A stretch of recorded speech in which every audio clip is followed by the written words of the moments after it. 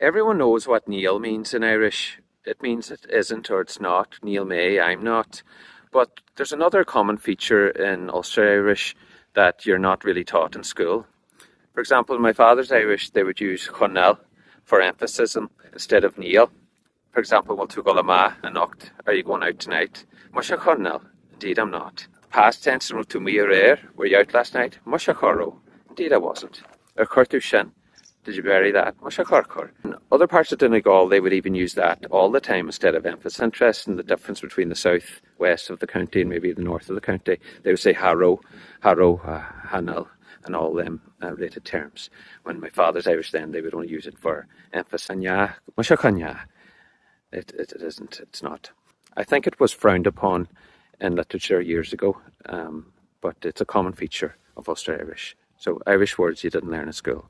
Cornell, Coro.